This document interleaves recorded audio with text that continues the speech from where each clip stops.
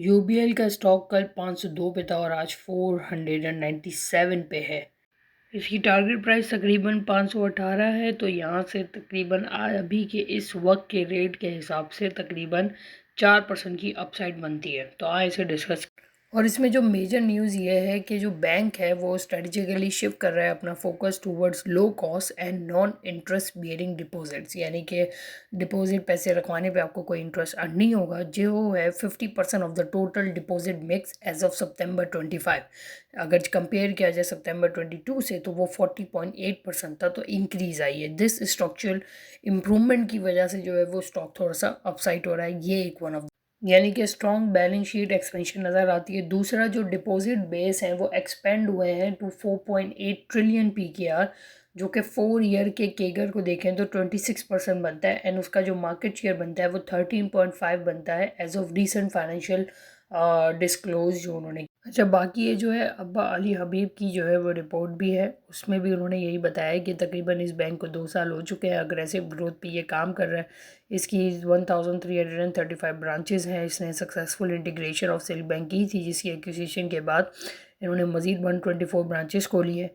इन्होंने तकरीबन अपना कन्वेंशनल टू इस्लामिक जो है वो चेंज भी किया है, और बाकी जो है वो जो ब्रांचेस इनकी केपी के और बलूचिस्तान में भी थी उनको इस्लामिक बैंकिंग में भी करा है।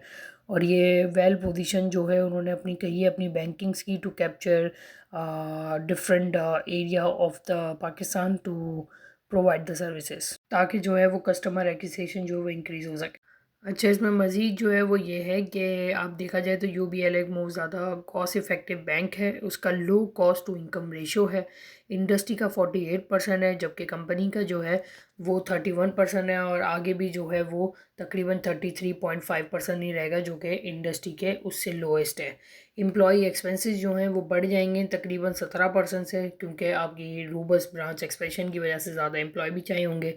लेकिन यूबीएल की जो वो कोर स्ट्रेटजी क्या है, long term digital transformation and competition है, और इसमें ये technology at the core of इस स्ट्रेटजी है, यानी कि ये जो है वो ऑटोमेशन की तरफ फोकस्ड है। बाकी यूबीएल के एडवांस टू डिपॉजिट रेशो देख लें, तकरीबन वो 26% पे खड़े हुए हैं, जो कि इंडस्ट्री के एवरेज 38% से भी लो पर है, यानी कि इसमें अभी भी मज़ीद गुंजाइश है कि जो है वो लोन ग्रोथ यहाँ पे नज़र आ सकती है। और एक्सपेक्टेड भी यही है कि ये तकरीबन 35% और 37% CY 27 तक जो वो इंक्रीज़ कर जाएगा। और यूबीएल की अगर डिपॉजिट बेस की देख लें तो अप्रॉक्सीमेटली 4.8 ट्रिलियन पीकेआर है, जो कि सेकंड रैंक बनता है बैंकिंग इंडस्ट्री में।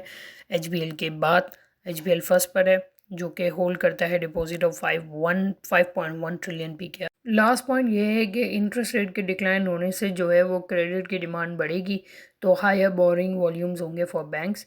एंड दूसरा ये कि CY 26 के अंदर जो है ये है कि एक्सपेंडिंग एसेट बेस जो है वो इंक्लूड किए जाएंगे।